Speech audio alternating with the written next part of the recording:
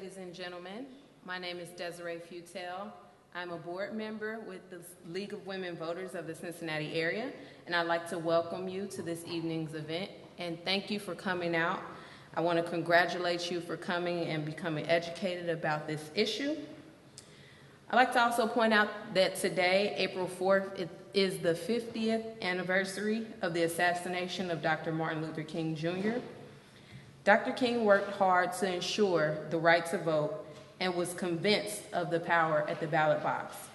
Encouraging people to exercise their hard-won right to vote and fighting for a fair system where every vote counts equally and is very appropriate way to honor Dr. King's legacy.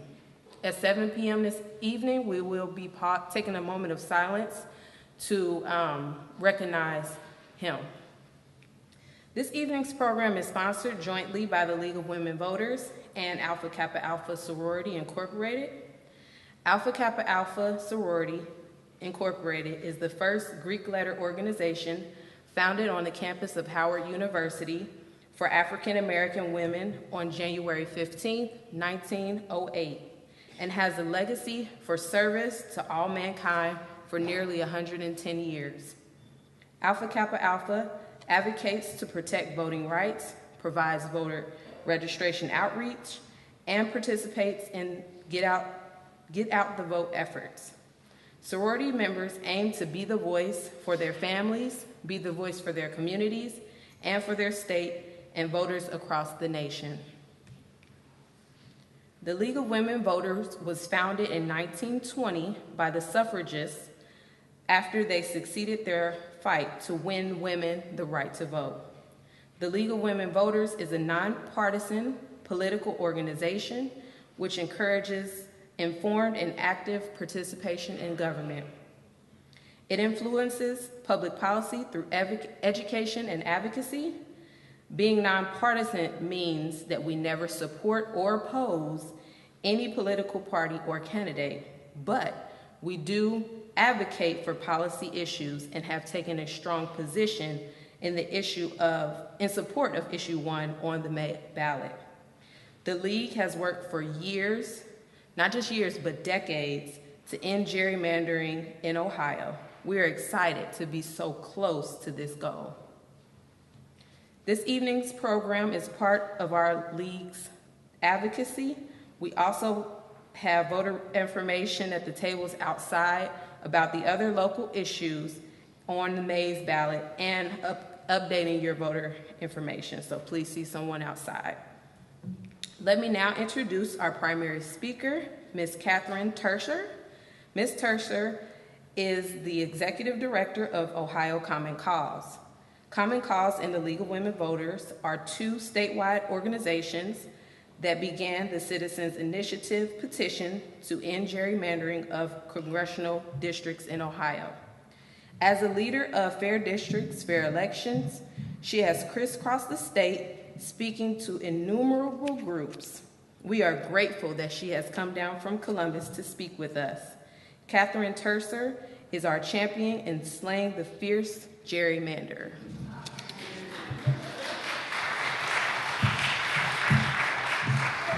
So how many of you out here are voters? Okay, all right, looks like a cool crowd that I'm going to enjoy talking to. How many of you out here are redistricting reformers? Okay, just so many hands. Hello, everyone. So one of the things, as we think about, it's been 50 years since Martin Luther King Jr. passed away. I think it's really important for us to take that moment and to think about what it means to fight for fair elections. Many of you here are part of the League of Women Voters of Ohio who have advocated for years and years for fair elections. And the story about slaying the gerrymander is a story about us deserving better elections. That in fact, fair districts equal fair elections. I'm supposed to move back? Why do I have one attached to me? Oh. Did y'all have trouble hearing me? Okay. All right, we'll start again. How many of you are voters? No. So apparently I may have crossed the state of Ohio from Lake Erie to the Ohio River, but I'm not smart enough to know how to use the mic. So I'm so glad that so many of you are here. I was so glad to see everyone's hand of age, raising it and saying that they were voters. And, you know, it is really a good moment for us all to pause, to appreciate, you know, the story of redistricting reformers, that we're all about making sure that elections are fair. And on this evening, as we consider the life of Martin Luther King Jr., and we take a pause, we need to think about how we can carry that legacy forward and promote fair elections. And our tale of trying to slay the gerrymander is a tale of trying to empower voters. And so I picked this picture for the slideshow. On the what will be your left, my stage right, you'll see this is Brittany, who's with Common Cause Ohio. And on the other side, we have Steve Dyer, who was a state rep for many years and works on education policy. And I just appreciated that, you know, anyone is willing to wear these crazy hats, right? And one of the things that I have appreciated the most about all the redistricting reform work is how people were willing to try to have fun. So first of all, I thought, hey, let's take a pause, let's look back, let's look at what the gerrymander is. Because for many of us, we're really familiar, but for others, we're just not really aware exactly what the gerrymander is. We know it's a manipulation of districts, but I thought we'd take a pause. So this is the original gerrymander. Now what's really crazy about this is a political cartoon from 1812. A political cartoon from 1812. So we know that our founding fathers got a few things wrong. 3/5 of a man, shall we go into that? Women didn't have the vote. I mean, you start to think about all the things they got wrong, but what's really important to think about is, in fact, this gerrymander. It is a cartoon that was in the Boston Gazette in 1812, as I said, and the Jerry of the gerrymander was this guy named Elbridge Gerry. You know how everybody's name gets changed over time? So the thing that's interesting about Elbridge Gerry, he signed the Declaration of Independence. He was an advocate for the Bill of Rights. And yet, when it came time to actually think about the voters, what he did is he thought of his political party before he worried about his voters having a really good election. And that led to this crazy district shape, and it set the stage for all sorts of weird districts here in Ohio, but all across the country. And so as we think about how difficult it has been to actually address gerrymandering, we need to remember that this was something that was embedded at the beginning. And we need to think about what it means actually to be here talking about how we passed state legislative redistricting reform, and now we're on to congressional redistricting reform. So I would like to take a moment. This is actually from Ben and Jerry. And so Ben and Jerry were these wonderful, wonderful guys. Anybody like their ice cream? Oh yeah, I see a hand back there. So the thing that's wonderful about this is that they have this thing, Ben and Jerry care about money and politics, but they also care about gerrymandering. And since his name is Jerry, he also thought it was really fun to do this contest where what you would do is you would look at a shape and you would decide whether it was a Rorschach ink blot or you would decide it was, in fact, a district, and you had to decide. And so this one is Maryland's 3rd Congressional District, which, right? Who wouldn't have guessed that was a Rorschach ink blot, right? It's symmetrical. It doesn't, and this is, in fact, the district. In fact, it's quite impressive. This is a gerrymander by Democrats. It's the gerrymander that actually made its way all the way last week to the U.S. Supreme Court. Now, we can talk about all these weird shaped districts.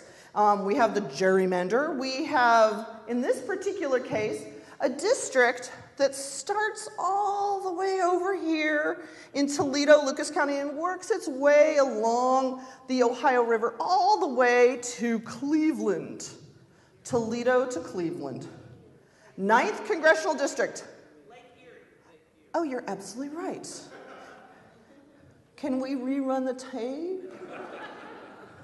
I'll do better next time, I swear. So one of the things that we always misspeak, so please, if I say it not completely clearly, just let me know. So you're absolutely right.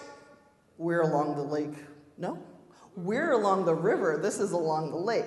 And the thing that's really interesting to think about is, why would you do a crazy district like this? Why would it look like this? So in 2011, the Republicans were in charge of map making. And what happened is they had we had fewer districts because we had reduced population. And so what they wanted to do is put 2 members of Congress together. In this particular case, 2 Democratic members of Congress together. One, Marcy Kucinich, who is now the longest serving member of Congress that's a woman, right? And the other one, all the way over here, was a guy named Dennis Kucinich, who's now running for governor. And it was a way to make it so that they would reduce the number of Democrats, literally eliminating one of them. Now we have the Duck District. This is Jim Jordan's district, and I always like to kind of draw attention to this because it starts kind of near Oberlin, and it works its way along like this, and then it shakes its tail feathers over here in Mercer County, which is north of you. That's just a bag of crazy, isn't it? From Cleveland to near the Indiana border. And then let's just take a moment to look overall. I'm guessing that you all are familiar with the districts in your neck of the woods. So, my mother always said that pretty is as pretty does, right? Ultimately, if it's ugly, it's not a big deal. That's not the problem. The problem is that they're unfair. The problem is that we do not have competitive elections. And in fact, we know that we don't have any competitive elections because last time we had an election, which was in 2016, the average margin of victory for our members of Congress, 36 points. Competitive is 5. So 36 points, completely uncompetitive. The other thing that's really interesting is we had Democratic districts, they tilt towards the Democrats. We have Republican districts, they tilt towards the Republicans. Every single election, Democratic districts elected a Democrat, and Republican districts elected a Republican. And this looks like a tedious chart, but the way to look at this is the party projected to win. And this projection is from the map makers because we were able to use public records to actually get what they projected. And this is what they projected. So red, Republicans, blue, Democrats, meaning the map makers had more to say in many ways about who got elected than we do. This is not what democracy looks like, right? It's not right, it's not fair. Now, I did want to draw your attention to this, that yes, this is the case in Ohio, that in fact, in Ohio, one party was marginalized over the other, uncompetitive races, but that in fact this is a trend, and so as you look at this, you have Ohio, this is Ohio, Pennsylvania, and North Carolina. And so as you look at this, you get the sense of what are traditional swing states sending, shall we say, an inordinate number of Republicans to Washington. Now, the thing to remember is, once again, gerrymandering is a tool of whichever party is in power, but it disempowers us, the voters. And so, it's that kind of thing, like, we would never let whoever won the Super Bowl make a decision that, in fact, these are the rules of the game. This is where the post should be. This is how easy it should be. Let's pick the referees. We would never allow that because it wouldn't be fair. And yet, because we give the map making to one political party, what we can end up with so easily are truly uncompetitive elections across the country. And one of the things that I think, as we think about what this actually means, is we call ourselves the Fair Districts Fair Elections Coalition, but it's actually the Fair Districts Equal Fair Elections Coalition. So think of it this way. Manipulated districts manipulate the election, which manipulates the policy that's made in Washington. And why is it so much easier to manipulate than it was just a few years ago? Any guesses out there? Big data, computers, that now you can completely marginalize the party that's out of power. Elbridge Gerry might actually have wanted to draw the snake on the lake. He might have wanted to do that, but he wouldn't have had the tools at his disposal to do it. Now, one of the things that we do know that's actually kind of interesting is that gerrymandering has started to filter into lots of different conversations, right? We literally had it on Saturday Night Live, right? Okay, so I love this. So this is the notorious RGB, showing off the districts from Wisconsin, where she described the Democrats as getting the big smelly cheese of democracy.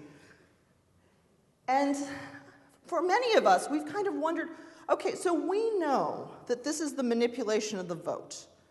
Well, why is it legal, right? Well, why is it actually constitutional? It doesn't actually make any sense that it would be constitutional to do this. And so there are a couple different things that have been going on at the US Supreme Court, and I know you're all here for issue 1, but it's important to kind of pay attention to what they're doing as well. We have neighbors to this, all around us that also struggle with this situation. So years ago, in 1962, there was a decision called Baker versus Carr, which was one of the first decisions that the US Supreme Court made where they got into what they called the political thicket. Before that, they were pretty much saying, okay, we just want to let the legislature do their thing. But what had happened is that the size of the districts had gotten so out of whack that, in fact, they stepped in and they said, one man, one vote. We would now say one person, one vote, and it's the reason that the districts are equal in population because of that decision. But they have not stepped in. They've stepped in for racial gerrymandering, but they have not stepped in for partisan gerrymandering. And that's had some real consequences, like the elections that we've had in Ohio. So the Supreme Court recently heard 2 different cases. One, a Republican gerrymander from Wisconsin, and one, a Democratic gerrymander from Maryland. And the thing that's kind of interesting about this whole thing is that at the end of the day, there was even a discussion about hearing a third case. They have been very slow to step in because they're worried about looking as if they are partisan rather than the situation. And so we will have to see what actually happens with this, with this case. One case, which is the Wisconsin one, argued that, in fact, gerrymandering was a violation of equal protection, that, in fact, it treated voters differently. So since it treated voters differently, it was equal protection. The Maryland case argued that, hey, it's a violation of our First Amendment rights. Both of them are interesting legal arguments, but at the end of the day, we just want to participate in elections that are actually meaningful. So I threw this up here. How many of you worked on redistricting reform in 1981? Okay, now think about this. Okay, I wasn't even in high school, right? 1981. So the League of Women Voters have been working on redistricting reform for many years. And it's important to think, yes, you have a long history of working on voting rights, but to think about, in 1981, the League of Women Voters worked extremely hard to collect signatures so that it would be on the ballot. This was a reform measure that focused on keeping communities together, it would focus on compactness, and the Republican Party was all about it because they were marginalized, much like the Democrats are now. So unfortunately, the unions and the Democrats fought it back in 1981. League of Women Voters, they're like mosquitoes. They will not stop. They will get you to pay attention to them. And so what happened is, Joan Lawrence kept introducing year after year at the State House resolutions. In the late 90s, the League of Women Voters attempted another signature gathering campaign that did not come to fruition, because I don't know about you guys, direct democracy is hard. How many of you were out there collecting signatures? Direct democracy is hard. And so, the tale is, we get to 2005, Democrats are tired of being marginalized. This is the time period of Coingate. And what happened is, they said, this is a perfect time to focus on, we're going to focus on early vote, we're going to focus on campaign finance reform, we're going to focus on redistricting reform. And we lost again. We did get 30 days of early vote because the legislature decided to do legislation. So we should remember that campaign fondly because it got us early vote. Because they thought, okay, that's one that's really popular, it's going to kick the legs out, it'll make it easy for them to lose. So, 2006 was interesting. Because that was the point that John Husted came along. He said, I said to the editorial boards that gerrymandering was wrong. I'm going to keep advocating for this. And he kept advocating for it. A number of other folks kept advocating for it. But as you know, we just couldn't seem to get it done legislatively. And it wasn't until we finally lost again in 2012. How many here collected signatures in 2012?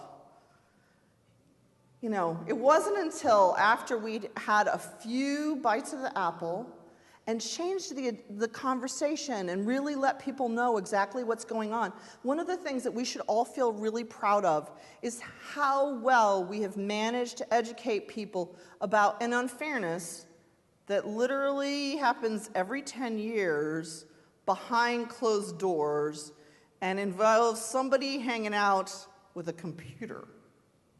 That in fact, we now really understand gerrymandering is a testament to your hard work. So I wanted to highlight once again, when you're the party out of power, gerrymandering looks wildly undemocratic. And in fact, this is what Reagan said about California, because of course the Democrats were in power. He said, that's all we're asking for, an end to the undemocratic and un-American practice of gerrymandering. The fact is, gerrymandering has become a national scandal. Did you all look at the date on this? 1987. How about this one? Anybody here know Jim Rhodes? Know that name? Okay. So Jim Rhodes, during the 1981 era, actually sent a letter to a guy named Benson Woolman, who was at that point with the ACLU. And this was what he said in the letter, which I found in our archives just a little while ago, which was kind of fun. Gerrymandering is not a Republican or Democrat problem. It is a fundamental problem of government that must be corrected. And this was from a letter from 1981. Let's take a moment to pause. As we think about, the legacy of Martin Luther King Jr., many of us feel like, well, there's no way I can't even envision being that inspiring. I can't even envision what that would be. And I have to say, during 2017, I met so many people that were a true inspiration, that truly were inspiring, and really took that idea that we are the leaders that we have been waiting for, I'm going to pick up my clipboard. I am going to change democracy. I'm going to make things fairer for all of us. And, here you have, people from all over Ohio who collected signatures. It is, it's been truly inspiring to think about people saying, I am worried, but as opposed to wringing my hands, what I am going to do is I'm going to pick up a clipboard and I'm going to talk to voters, and I'm going to make a difference. And I'm here today because, of course, you did make a difference. So, After 2015, and when we passed state legislative redistricting reform, I thought, well, clearly we're going to move on to congressional redistricting reform. It seems really obvious, if in fact our state legislature in December of 2014, in overwhelming majorities in both houses, came together and said, hey, we need to address this situation for state legislature. Why in the world wouldn't they take up congressional redistricting reform? And I think there are a lot of different reasons. There are a lot of different reasons. I think a lot of it comes down to just simple power, right? Power. When we won in 2015, the Speaker of the U.S. House was a guy named John Boehner, right? And he really said, well, there really isn't a problem.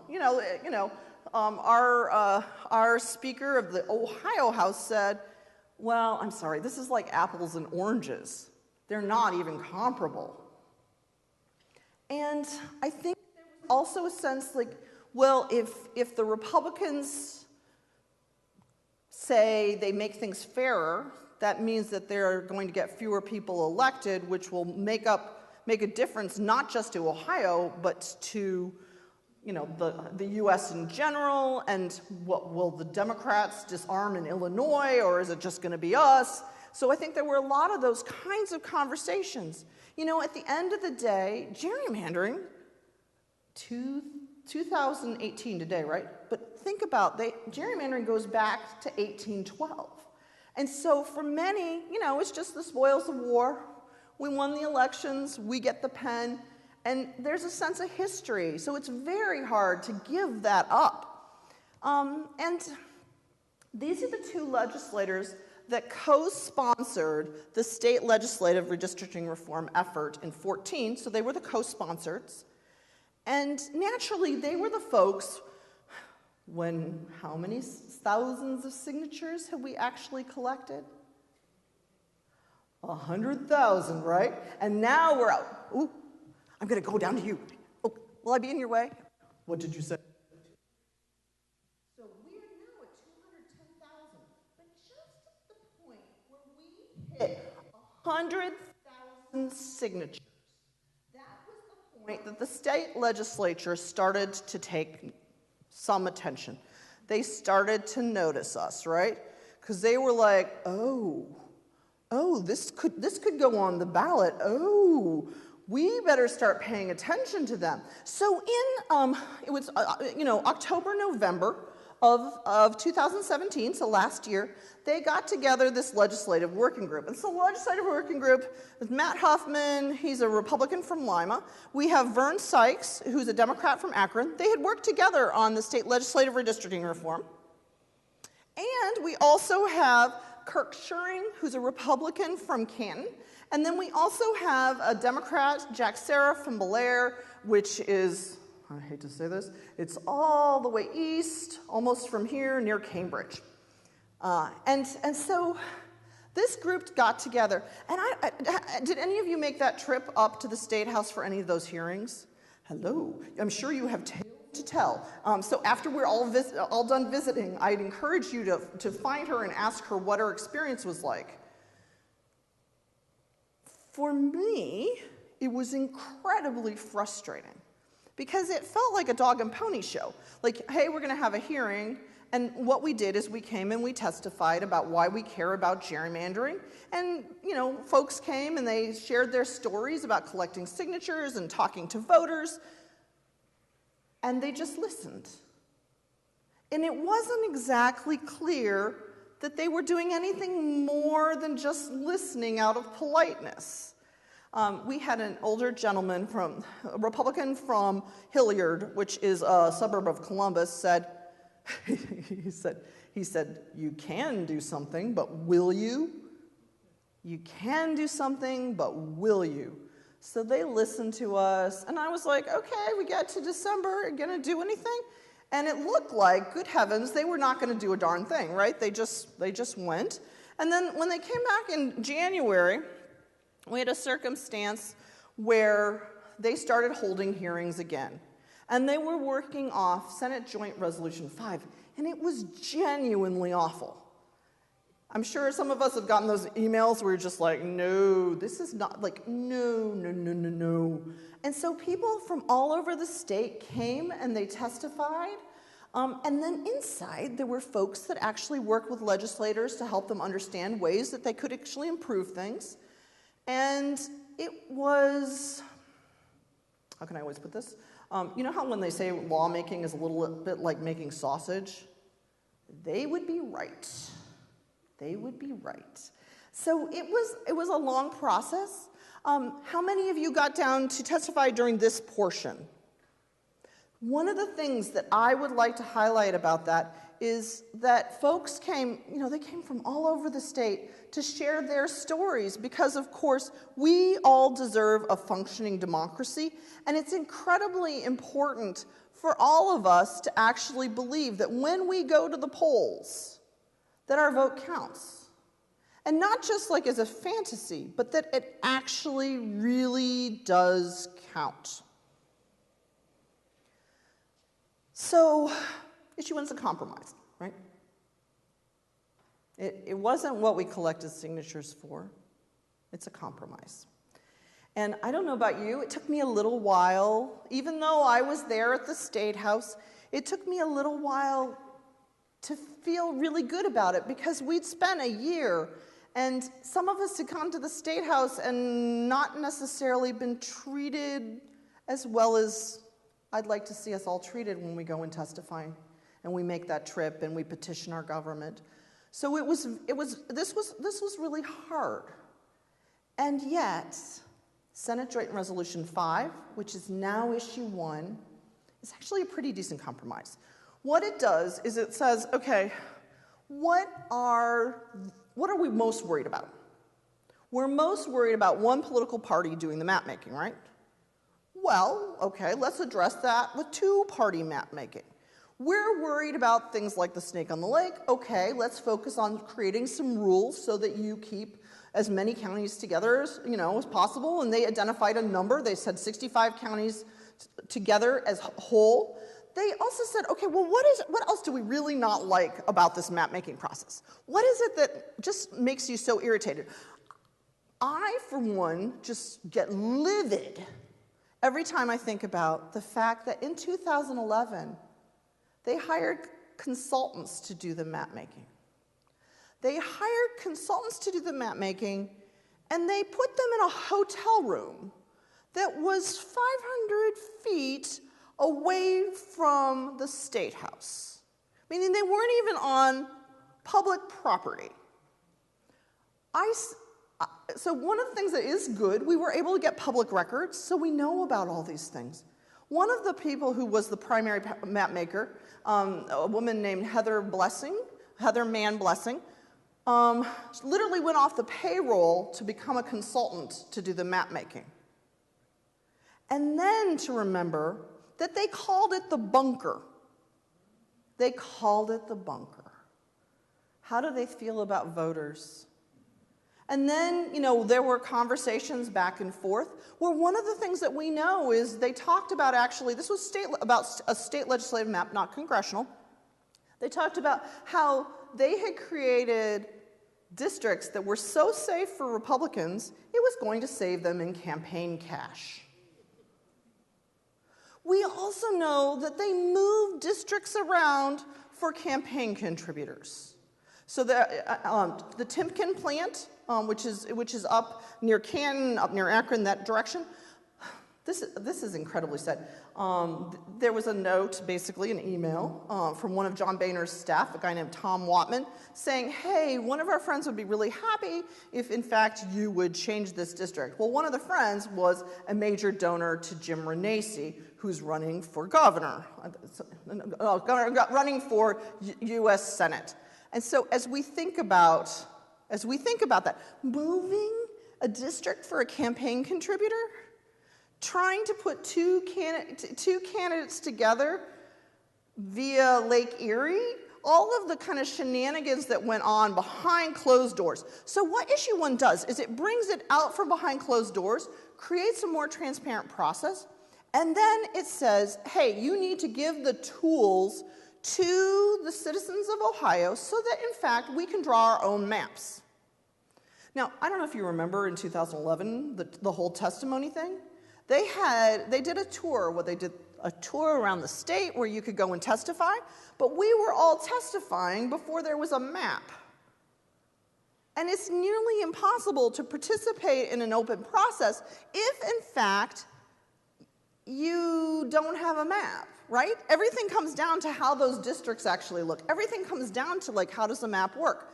And imagine being able to actually create your own maps. Now, lots of us are not going to do that. But to know that, in fact, we could create our own maps and say, you know what?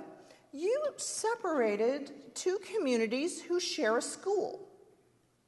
You could actually do, say, if you just move the district line a little bit, you could actually create something that's more representative of community. So the other thing that as I think about issue 1 is, does anybody here feel like we live in highly polarized times? I mean, it's kind of like a joke, right, to say, do you think we live in polarized times? Because it feels incredibly polarized. The Democrats and Republicans came together to come up with a solution is a testament to them, of course, but it's a testament to the power of more than 210,000 voter signatures. That we would not be here today if it were not for many of the people in this room, many of the people all over the state who said, you know what, I care about elections, I care about what's happening to Washington. We need to do this so that we have meaningful elections. And so as we think about issue 1, this is a culmination of all of our hard work and the hard work of the League of Women Voters that goes back to the time period where I wasn't even in high school. And for many of you, you might say, well, it's not everything we wanted. We want it to be like our proposal. I can understand that.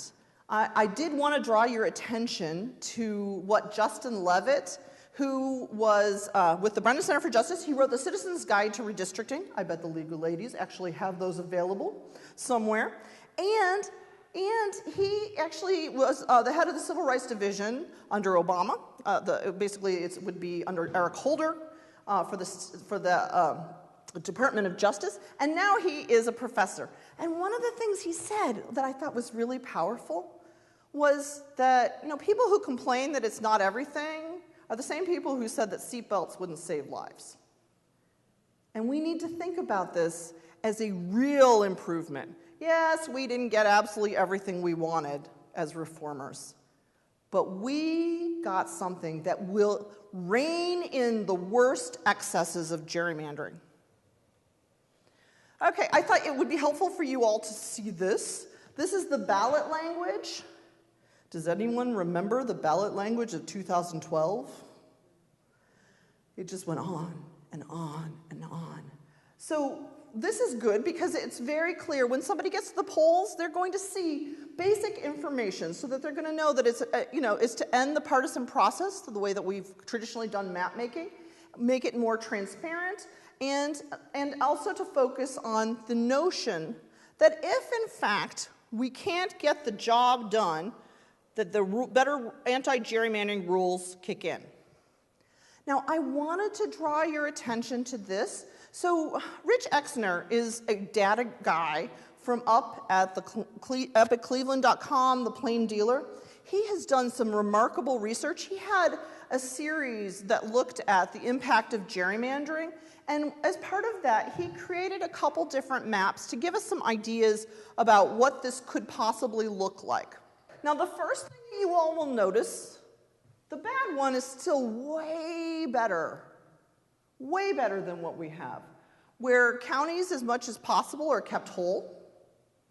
The difference between these two maps is that, in fact, there are 4 competitive districts rather than 1 or possibly 2 competitive districts in this one. And I think it's important to realize, we can do what we can to rein in the worst excesses of gerrymandering, but whether we get something that really focuses on really competitive elections, or we get, a map that doesn't completely marginalize one political party and keeps communities whole, it is significantly better than what we have right now. And you might say to yourself, okay, so this is enormous. This area is really, it's incredibly large. That has to do with population. That each of these are equal in population. I think they're off just a little bit, but they're equal in population so that you have a sense that, hey, this is a community of southeastern Ohio is way different than you think about that, what would be like almost a banana shape that they have. It's, we really need, I think it's helpful to have a chance to actually see these maps. His name is Rich Exner, and if you put Rich Exner and good maps, that's what I put in my Google search engine to find this. Okay, so how does it work? These are people who are our legislators, and they are accustomed to not getting along, right? They're accustomed to coming together, trying to work things out, and things not working out, and then they say, okay, what's the next thing we can do? What's the next thing we can do? What's the next thing we can do? So our legislators are worried about not being able to come to a compromise or an agreement. And so they set this up in a way that we would not think to do it, right? We wouldn't necessarily think, okay, you need to do this, you need to do that. So what they said, okay, how do we get to bipartisan map making? Well, we will start with, we don't want to take it away from ourselves. Remember, it's all about power. They don't want to give that up. So, all right, how do we do this? We say that, in fact, we will have a supermajority in both houses with 50% of both political parties do the map making. What's the likelihood that a supermajority with 50% of both political parties will come up with an agreement? Well, that's pretty small. So why don't we give it to the Ohio Redistricting Commission, right? Why don't we do that? The voters passed that in 2015. We know they like it. It's bipartisan. We'll give it to them. Okay, so if that doesn't work, what we're going to do is we're in fact going to say, all right, you can't come up with an agreement. You, in fact, can have one-party map-making, but you have extremely tight rules. And the rules are this. Basically, you have to keep all counties whole as much as possible. Now, obviously, you're going to do some division because of population. It has to be a transparent process, once again, clearly. The other thing that is important is they have to do a written justification for why they did the district lines, with a rule that says you cannot draw these district lines to favor or disfavor one political party or incumbent over another. And this becomes important because the courts have said that favoring an incumbent is actually, you can actually do this. And so the Republicans, if they're in power, or the Democrats, if they're in power, would come down to having much tighter rules that focus on compactness, that focus on drawing the lines to favor or disfavor one political party, and then they have to explain why they did it. And the benefit of that is, of course, it's way easier to sue them or call them out if it makes absolutely no sense. And that is the benefit there. And I think as we think about those anti-gerrymandering rules, they are strong. And the other thing to remember is no one actually wants a 4-year map. And so that will also encourage them to actually get along and do bipartisan map making. Okay, so once again, I wanted to highlight, the power of us, the power of us talking to voters about redistricting reform, the power of walking people through what gerrymandering is and why we should care about something that happens every 10 years. I included this slide just because I thought it was kind of fun to think about. We did this event at the Arnold Sports Festival, And Arnold Schwarzenegger arranged for us to be there to hand out information about issue 1. And he stopped by the booth and he said, "Healthy bodies, healthy democracy." And so we had a wonderful time talking to all sorts of people who might not ever have heard about gerrymandering. And they were very pleased that Arnold was in town. While he was in town, he did a toast with schnapps with the legislators who worked to pass this and to our governor, which was kind of fun to watch them have a little bit of toast. In fact, one of them just had just the teeniest, and I was like, clearly not a drinker. And this picture here, this is Tiffany. Tiffany lives in my neck of the woods. She actually lives right near me. And it was really, really, really cold when it came time to actually go out there and talk to voters on St. Patrick's Day. And, you know, we did. We went out, we did it. It was cold. And I have to say, I've been so impressed with how engaged and committed folks are. And then finally, I thought you all might want to know where to get some information. So we're fairdistrict.ohio.org. That's where you can find information about issue 1. We also are on Facebook, so, you know, when we do the Twitter thing. And then, of course, you can always give us a phone call. Now, my guess is many of you have lots of questions, so I'm actually going to hand it back to the nice moderator as long as you're ready for that. And we will ask questions for about 5 minutes until 7 when we take a moment of silence for Dr. King. Hi, I'm Joan Gilmore. Just raise your hand if you have a question. I'll bring the mic up.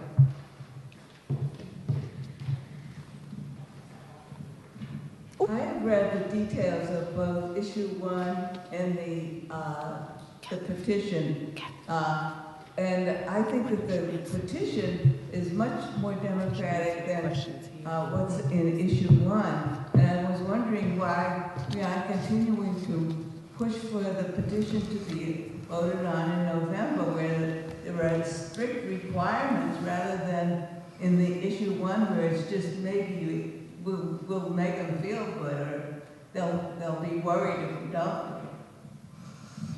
So that's a really good question. Issue 1 does its best to mitigate the worst excesses of gerrymandering, but through bipartisan mapmaking, greater transparency, and through citizen participation in the mapmaking. So it reins in kind of the worst excesses. It is not as good as our proposal. It is not, but it does get at the worst excesses. And the thing to remember about redistricting reform is that we've lost. We lost in 1981 when we did a citizens initiative. We lost in 2005 when we did a citizens initiative, and we lost in 2012. We were successful in 2015 with a bipartisan approach. And that's, you know, it's not surprising to say that in fact, a bipartisan approach where, you know, we all give a little and we all let go of some of the things that we want. The party in power has given up a lot of their power by having us mitigate the worst excesses of gerrymandering. And we're not getting exactly what we want either. And I also have difficulty letting that go and envision us working to continue to improve redistricting in the future. I think when we go through the 2021 map making, when we see what actually happens, I think we're going to need to do a lot of work to actually get people to participate and do maps, and there are things that we're going to need to do to hold these folks accountable. If this is not successful, we keep at it. And in the meantime, we've led and participated in bipartisan efforts to come up with a solution. And there is something meaningful as we go into a primary where both political parties and the people who show up at a primary are the people who are, shall we say, the most partisan. So it was clear really from the very beginning that our legislators were going to put this on in May. And the goal here was to come up with a proposal that mitigates the worst excesses of gerrymandering. It's not an easy solution to say, hey, let's compromise. But there is a real beauty in, it's an incredibly polarized time. Folks came together left and right to support this. That the AFL-CIO and the Chamber of Commerce could come together and say, hey, let's get this done, is powerful. And I understand how hard it is to let go. And I actually encourage us to continue collecting those signatures as insurance so that it encourages folks from all of the different teams that are working on redistricting reform to actually spend a lot of energy educating voters. I have a question. I was looking for the language on the table out there. I saw the language for issue 2 and issue 3. And I didn't see the language for issue 1. Did I just miss it? So no, you didn't. So as you might imagine, Common Cause has a more limited budget, and so basically what we have out there is where you can find it. It's on a green flyer. So if you go to fairdistrict.ohio.org, it's on the green flyer. There's a tab that says issue 1, and you can get everything from the ballot language, there's some videos, and you can actually get the specific language that is was Senate Joint Resolution 5, which is issue 1. So what my friends from the league are saying is the Hamilton County Board of Elections also has the available Secretary of State's office. If you go to myohiovote.com, you can also find it there. So is it my imagination, or did we have the language for issue 2 and the issue 3 on the table? I don't know. I travel from Columbus, so I don't know.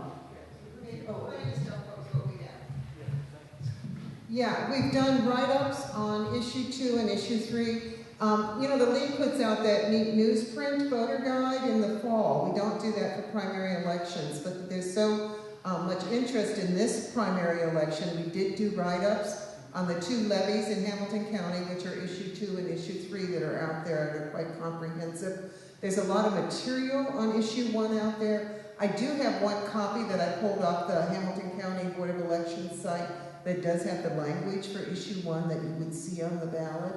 Otherwise, you'd need to do it. We also have copies of voter registration material. And remember, it's not just registration, it's updating your registration if you've moved. It's really important to keep that up to date, and it's very easy to do so. You can do it online, and we have the forms here to fill in. But if you want to vote in this election, you have to get them to the Board of Elections by the 9th, which is next week, April 9th. And we also have requests out there, forms, if you want to vote by mail, where you can send that to the Board of Elections. And remember, this is a primary election, so when you go in to vote, you'll be asked, do you want a Democrat or a Republican ballot? Because you would vote for one or the other. It is possible for independents to go in and say, neither. I would like an issues-only ballot, which will be a nice, really short ballot in Hamilton County. You'll have 3 issues on it, and you can vote it very quickly.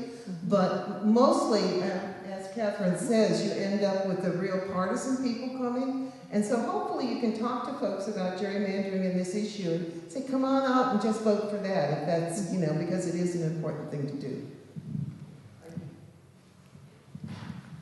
I recognize that this is a bipartisan, negotiated sort of proposal. I guess the question I had was, are there other states who have similar or somewhat comparable type redistricting, either proposals or laws on their books?